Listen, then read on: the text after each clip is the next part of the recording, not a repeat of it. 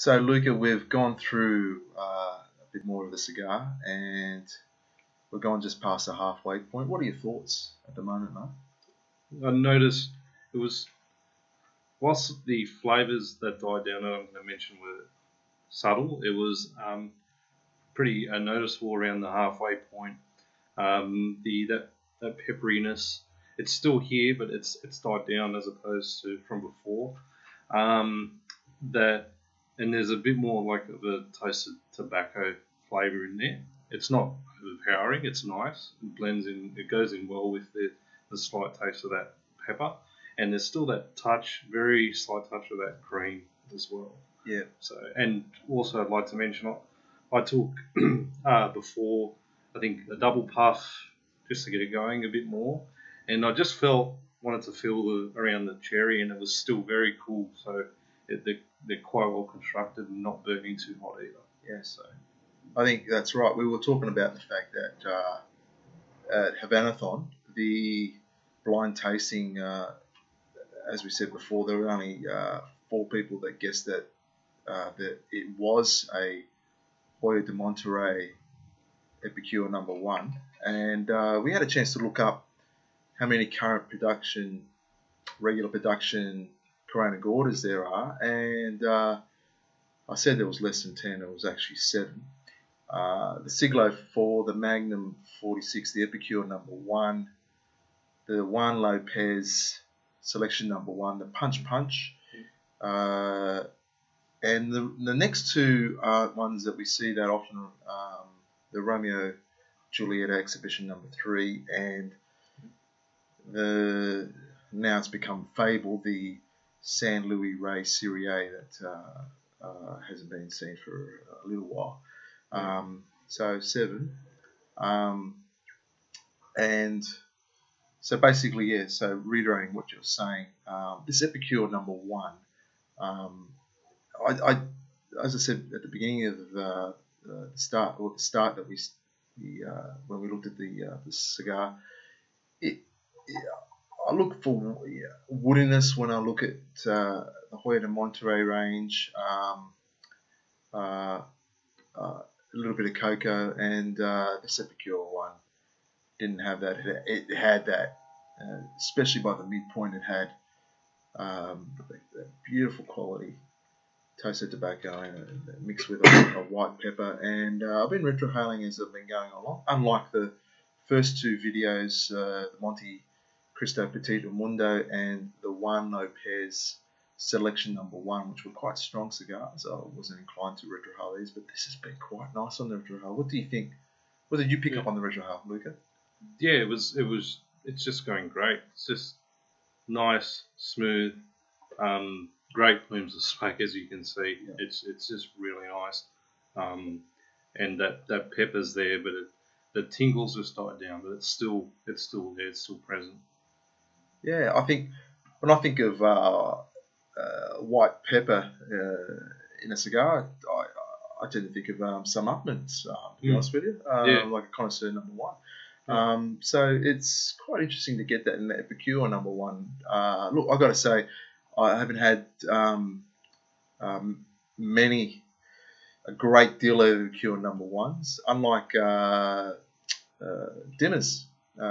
Greetings to Dimitri. Yeah, Dimitri was he was one of the 4 up in Brisbane that guessed it was Epicure #1s, and he said he has Epicure #1s all the time. So it'd be interesting to see what he thinks. So I was pleasantly surprised that we'll get this white pepper out of this cigar. We'll probably add, I think, I get also with some of the Partagas range. There's a lot of white pepper you can get from those as well. Even I was having a little #6 once, and it was powerhouse of white pepper. Just for a little cigar, it really hit me in the face. It was a lot more than this Epicure #1, for example. So it's a different level in this, which is good. So let me put it to you, Luca. When you think of pepper in the Partagas range, I think of there's #1 selling cigar in the world at the moment, the Partagas Serie D #4, which is known as a cigar that when youthful, it has a bit of pepper in it. this is very different to that. Yeah. Yeah. To have a combination of a cigar that's mild and easy to retrohale and have white pepper like this, very pleasant. Yeah. Very, very pleasant. It's not that pepper. It's not out of place, so to speak. Everything's working well together. Nothing's standing out. So it's like a symphony almost. It's really, really, really going well. Yeah. Yeah. As you can see, we're smoking through this quite nice because we're both enjoying it.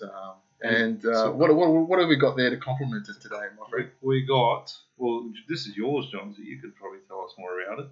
Okay, so this bottle you see in front of you is a Nika Taketsuru 12 pure malt that was just recently discontinued, mainly because Japanese Scotch, aged Scotch, has seen a huge spike in demand in the last few years, and so much so that the distilleries over in Japan weren't able to keep up, and for a while they're hard to find. And Nika stopped producing this and brought out a new non-age statement. So this Taketsuru pure malt, both Luke and I found that it really complements the cigar really nicely, and I, for one, I openly can tell you that I'm not inclined to have a Scotch with a cigar usually, but this is a nice cigar. It has a vanilla, bit of fruity flavour, tanginess to it, and it really complements the cigar quite nicely. It's great. They pair so well. I tend to. This is me personally. I steer away from the very peaty Scotches out there. But for me, I find it just clouds the flavours of the cigar, especially if you're gonna have something this mild.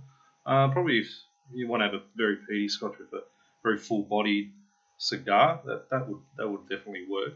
And this Nika pure malt, it's just great. I'm still getting the great taste of the Epicure #1, and it's just going beautifully. Okay, so we're going to leave it there, and I'm going to take a chance to actually rest this and not smoke it too quickly, because this Epicure #1, in the last year has been they've been a quality batch, and on Friends of Urbanos on 2424, they've been a good seller. And they've been quality lately, I